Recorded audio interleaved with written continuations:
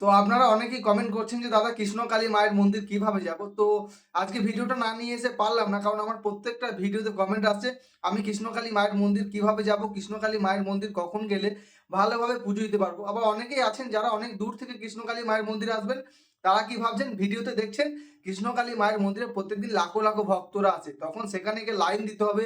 কৃষ্ণকালী মায়ের মন্দির কখন গেলে আমি পুজো দিতে পারবো? কারণ আপনারা অনেকেই হয়তো অনেক দূর থেকে আসেন, একটা টাইম নিয়ে আসেন যে এই টাইমের মধ্যে গেলে আমি আবার আজকের মধ্যে ঘুরে আসতে পারবো।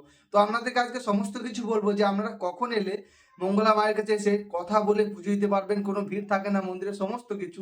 আর আপনারা যারা ভাবছেন কৃষ্ণকালী মায়ের মন্দিরে এসে ভক্তরা উপকার পায় কিনা, অনেকেরই বিশ্বাস হচ্ছে না। কারণ আমি একটা সত্যি কথা বলছি, আমি আজ থেকে ২-৩ বছর আগে যখন কৃষ্ণকালী মায়ের ভিডিও দেখতাম, তখন আমারও কিন্তু বিশ্বাস হতো না যে কিভাবে এটা সম্ভব হয়।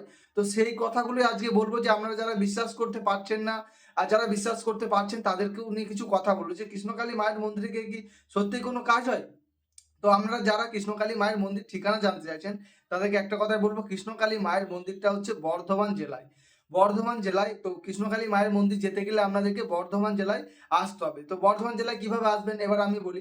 আপনারা যারা ট্রেন থেকে আসবেন ৮ নম্বর প্ল্যাটফর্ম দিয়ে বেরোবেন, ৮ নম্বর প্ল্যাটফর্মের পাশে এসে যেকোনো অটোওয়ালাকে বলতে পারেন যে বালিয়াড়া হাই স্কুল। আপনারা বলবেন কিন্তু বালিয়াড়া হাই স্কুল কৃষ্ণকালী মায়ের মন্দির যাবো। না হলে কিন্তু আপনাদেরকে পুরনো কৃষ্ণকালী মায়ের মন্দিরে নিয়ে চলে যাবে। ওরা হয়তো বুঝতে পারবে না।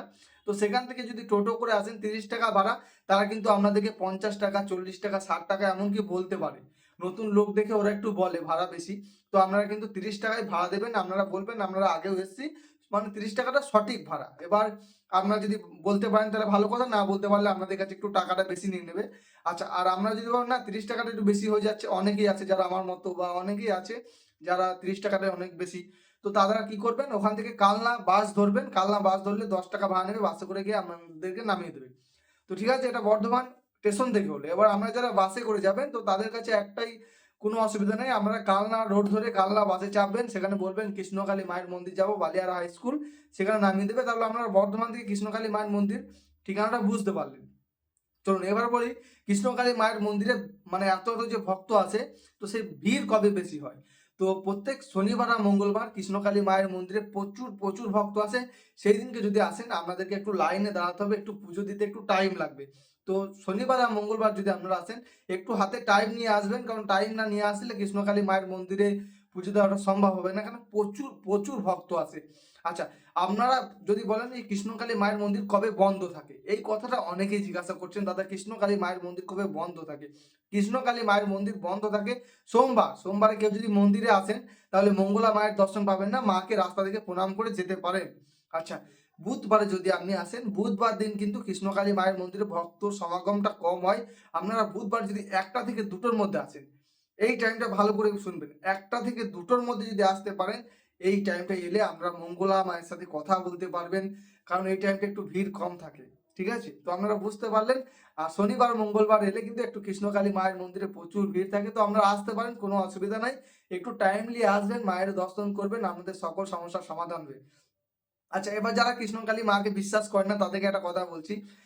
আপনারা যারা বিশ্বাস করেন না এই কথা শুধু তাদের জন্য বলছি। আমরা যদি কিছু পাওয়ার জন্য, কিছু যদি পাওয়ার জন্য মাকে ডাকেন যে চলুন আজকে কৃষ্ণকালী মায়ের ভিডিও দেখলাম, আমিও জয় কৃষ্ণকালী মায়ের জয়, জয় কৃষ্ণকালী মায়ের জয়, জয় কৃষ্ণকালী মায়ের জয়। এভাবে ৭ বার নাম জপ করে দিলাম।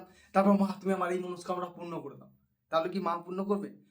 তো যখন আপনি ৭ বার জয় কৃষ্ণকালী মায়ের জয়, জয় মঙ্গলা মায়ের জয়, জয় সোনা মায়ের জয় এরকম নাম জপ করছেন, তারপর কোনো কিছু উপকার পাচ্ছে না, তখন বলছেন কৃষ্ণকালী মা আমাদের নেই। তো এটাই ছিল আজকের ভিডিও। ভিডিওটা ভালো লাগলে আপনারা শেয়ার করবেন। আর যদি এই ভিডিওর পার্ট 2 দেখতে চান তাহলে অবশ্যই কমেন্ট করবেন যে কৃষ্ণকালী মা সত্যি আছে কিনা, কৃষ্ণকালী মায়ের মন্দির গিয়ে ভক্তরা উপকার পায় কিনা। তাহলে অবশ্যই কমেন্ট করবেন, আমি পার্ট 2 টা কালকে নিয়ে আসবো। কারণ বেশি বড় ভিডিও করলে সবাই দেখতে চায় না। সবাই ভালো থাকবেন, সুস্থ থাকবেন। ঘরে বসে কৃষ্ণকালী মায়ের নাম জপ করবেন, মাকে মন থেকে ডাকবেন। জয় কৃষ্ণকালী মায়ের জয়।